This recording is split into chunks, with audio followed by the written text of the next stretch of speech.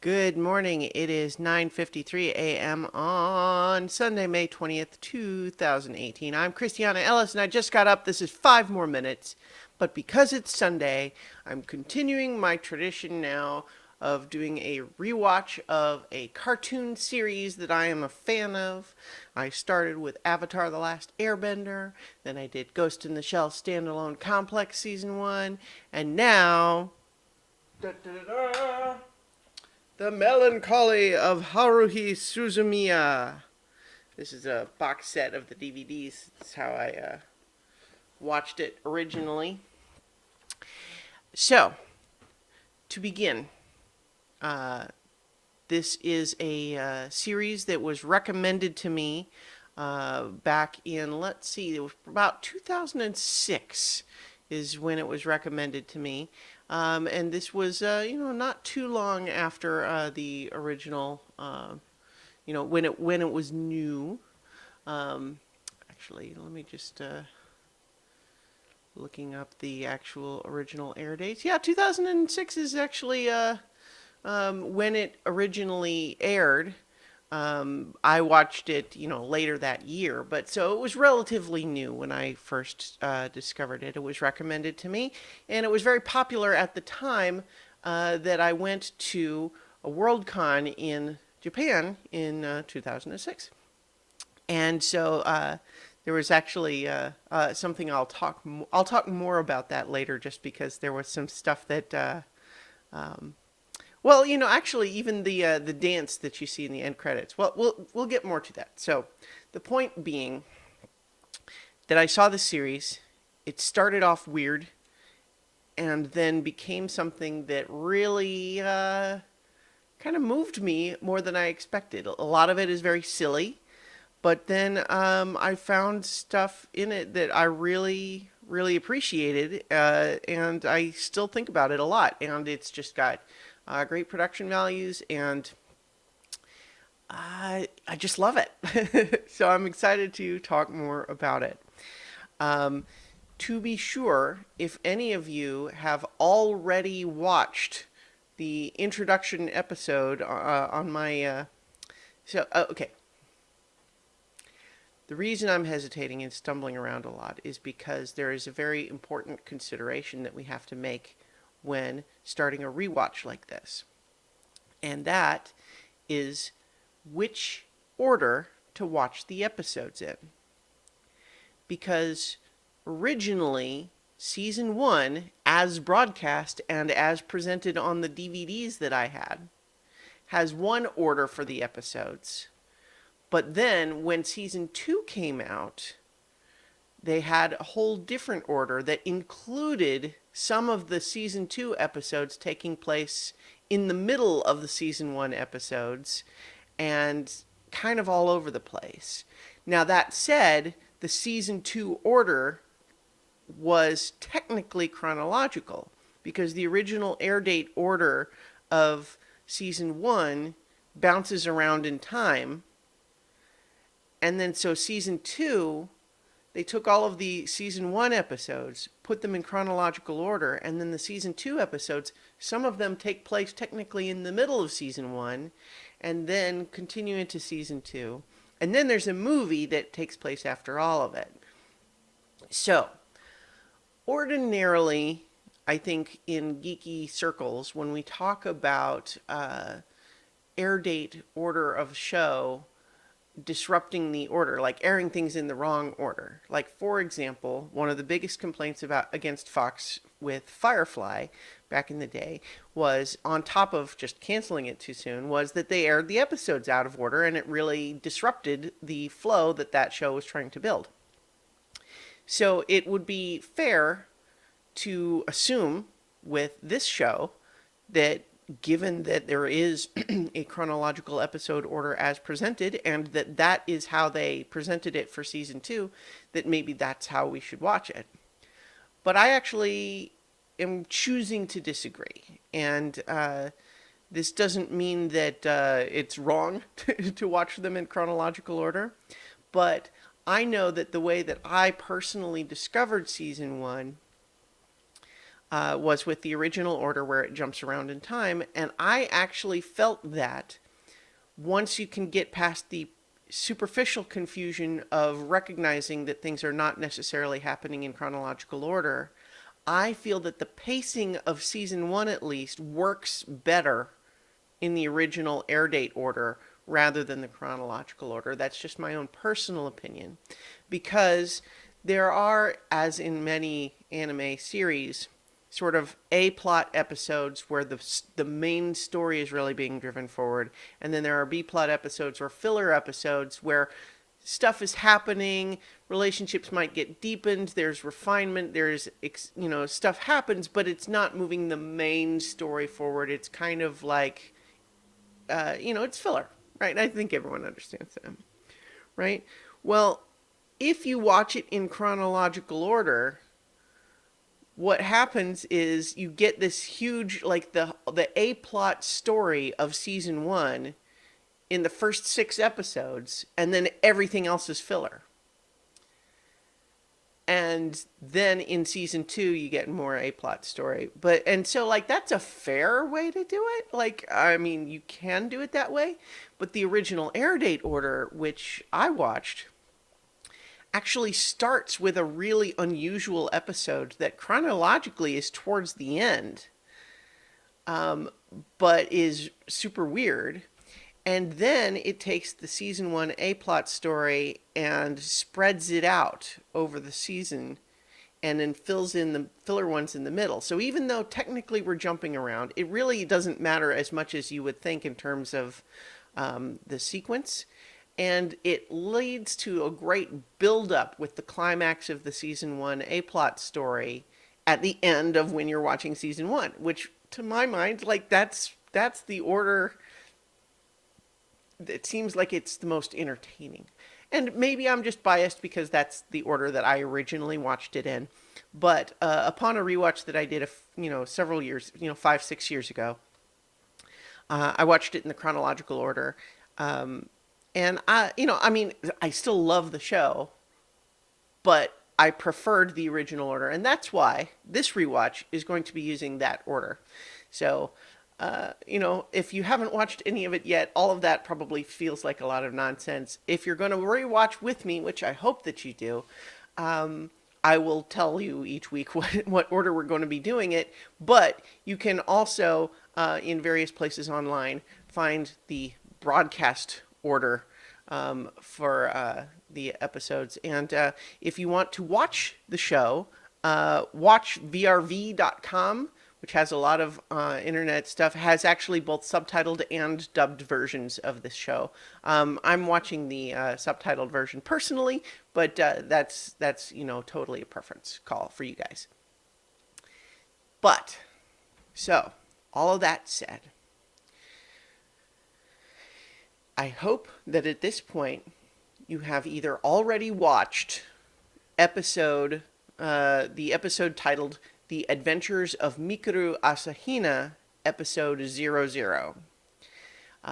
If you have not watched it yet and you're watching this at all, I would urge you seek it out and then come back and we'll watch it.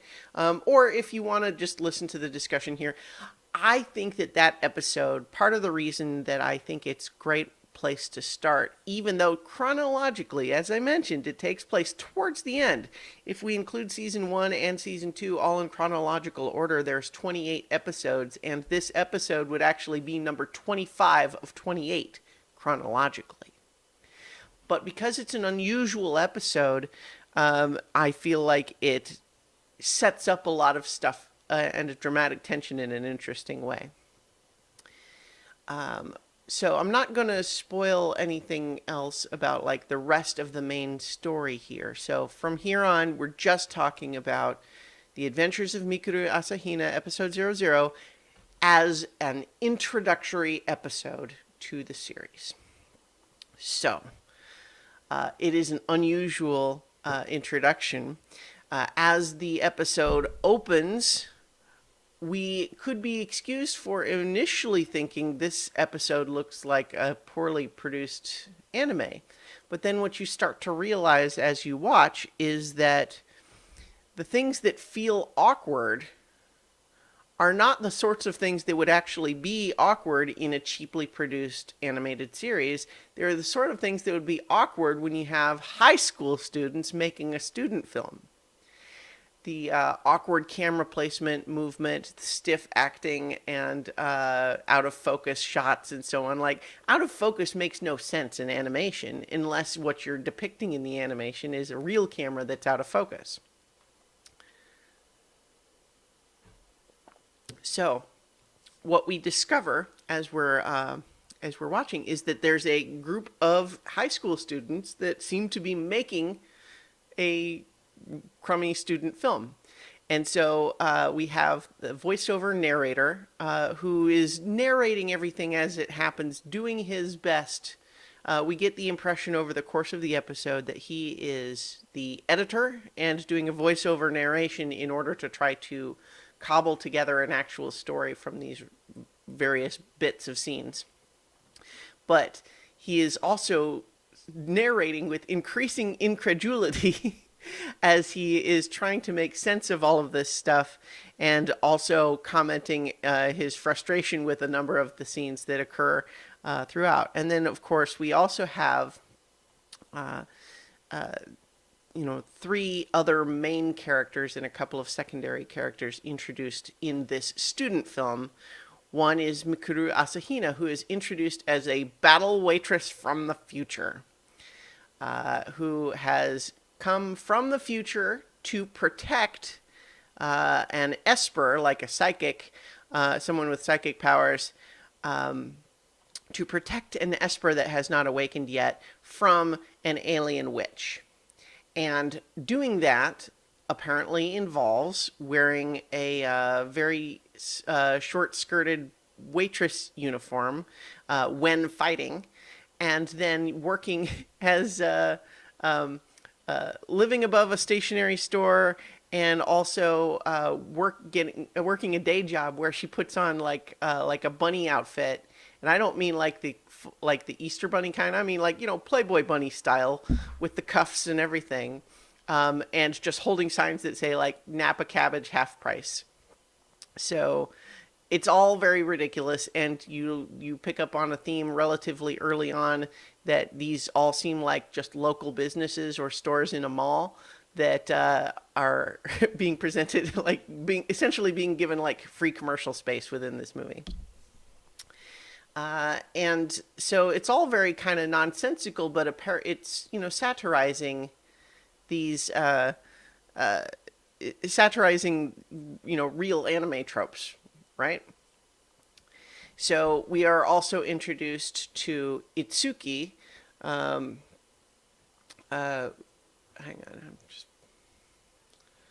on, so Itsuki, who is the boy that we are told is the esper and must be protected, and he. Most of the episode has him acting in a just very straightforward way, but then he gets one big monologue, and it's funny. Watch this monologue and watch just how funny it is to see what this kid who's acting in the movie is doing with his hands, because he's like, you make one point, and then there's this point, and then there's this point, and then when you're talking about all these things... and he's just doing all of these funny, weird little hand motions as he's giving his big speech. And then the third main character introduced in this, in this movie, is Yuki, who is dressed in a witch costume and has a cat over her shoulder, and speaks in a very kind of calm monotone. At this point, she is an evil witch who is also an alien, and they have weird, awkward fight scenes. And then, like midway through the episode, we also get like weird, bizarre plot twists happen. Like, well, okay, so now they're all in the same high school, and now Itsuki is also living with Mikuru, and it's all basically a bunch of nonsense that the narrator, the voiceover narrator, who we later learn is named Kyon, and we'll meet all of these kids as their actual characters in the next episode. But we get Kyon, who is increasingly trying to hold together and make some kind of a story out of this, and he comments on how the camera keeps panning away from things, and how like, oh, wasn't he accidentally caught in camera when he's not supposed to be in that scene earlier, and he's just noting all of this. And then he also gets really frustrated when he discovers that part of the plot involves Mikuru's character, who's this beautiful, helpless, innocent girl, unconscious and taken home by Itsuki. And there's an implication that's like, wait, so she's in different clothes now, but still unconscious. Does that mean that Itsuki literally bathed her and changed her clothes while she was unconscious? And then there's a couple of bits where Mikuru in this, Playboy bunny outfit or whatever is going to like change out of her clothes, and then there's like a rapid cut, and in the voiceover he says, "There's no more footage of this. Don't ask me." But in the event, we're getting the picture that this episode, in the meta sense, like when we're back out of the fiction of the show, this is a student film being made inexpertly by these kids, and it's satirizing and playing with a lot of anime tropes, but also kind of the fun of the sort of project amateur filmmaking that you would get from high school kids, with the local business ads and the rapid camera awkwardness and incoherent story and so on, which is all a lot of fun. But then towards the end of the episode, so we also get a couple of bits where, and of course we also had a couple of secondary characters that seem to be other students who, like one, Miss Tsuruya, I think was her name, where she's like, she can't keep a straight face when she's trying to say the lines because she keeps laughing at the outfits that everybody's in. But there's a couple of bits throughout this that seem a little bit weird, that kind of, I think, tip us off that something more than what it appears is happening here. For one, there's a bit where it's the first time we see Mikuru's character trying to use her powers, which she has Mikuru Beam, which she goes like this and shoots like eye beams out. And we see one bit where they're clearly doing this, this battle sequence, and Mikuru goes to do this, and we've seen the clumsy effect that they used for these before, but then something a little bit weird happens. There's a big flash, and then the Yuki character literally just runs up and tackles her and starts punching her while she's on the ground, which seems like alarmingly aggressive and not in keeping with the spirit of the way that the fight scene had been going before. And then they kind of cut away, and so that's a little weird. And then later, there's a couple more instances a little bit like that, like when they're having the rooftop fight sequence, and the fireworks go off that are supposed to be special effects, but you see Mikuru, like the actress, is scared of the fireworks, and she's like, ah! So she's trying to hide from them, and then they get interrupted by the teacher and so on.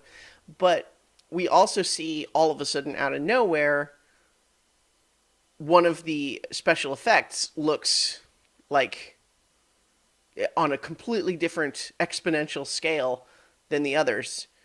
And it's like, wait a minute, that all of the rest of these are super cheap and cartoony, so why did that one look so good? And then all of a sudden, out of nowhere, when it makes no sense within the story being told, the cat starts to talk and is shushed by the Yuki character. And we're like, wait a minute, something's weird here. And then it's all put together towards the end, though. And so there's a few instances throughout the episode where we're kind of tipped off, wait, something else is happening here beneath the surface of this student film. But through the course of the episode, we get just a couple of hints, glimpses of the director of this particular student film. We hear her once or twice whispering directions from off stage. We see one time over her shoulder as she rushes in to stop a fight from happening. And we only just get these glimpses of her, but clearly in charge. of this whole operation. The director, we see her even holding one of the little hand cone things, just one of the momentary bits we see her.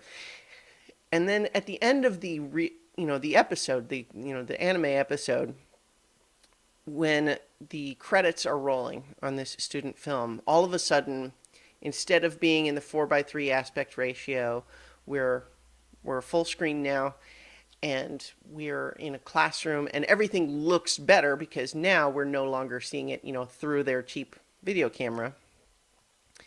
And we meet Kion, who's watching the credits of this and going like, I can't believe we're going to show this to people. And now we finally meet Haruhi Suzumiya.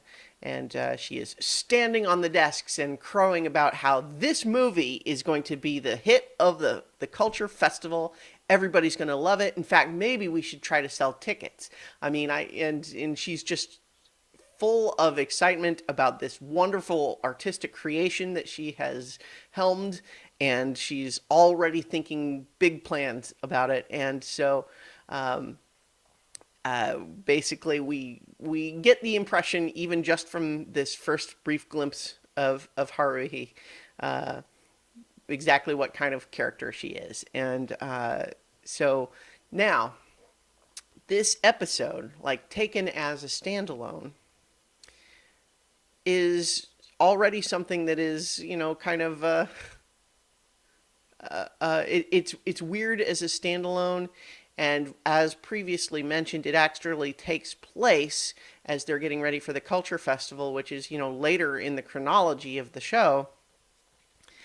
But it introduces, I think, in a fun way, it gives us sort of a tangential hint of some of the things that are going to be developing over the course of the story, to explain, first of all of the various tropes in their movie are things that are going to show up in funny sort of parallel ways as the real story develops, but also just get these sort of tangential introductions to each of the characters. And I think it's just really fun, sort of the clever gag of an animated episode parodying both real anime tropes and also crappy high school student films.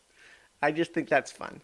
And so it's a little bit of a weird episode to start off with, but I kind of love it.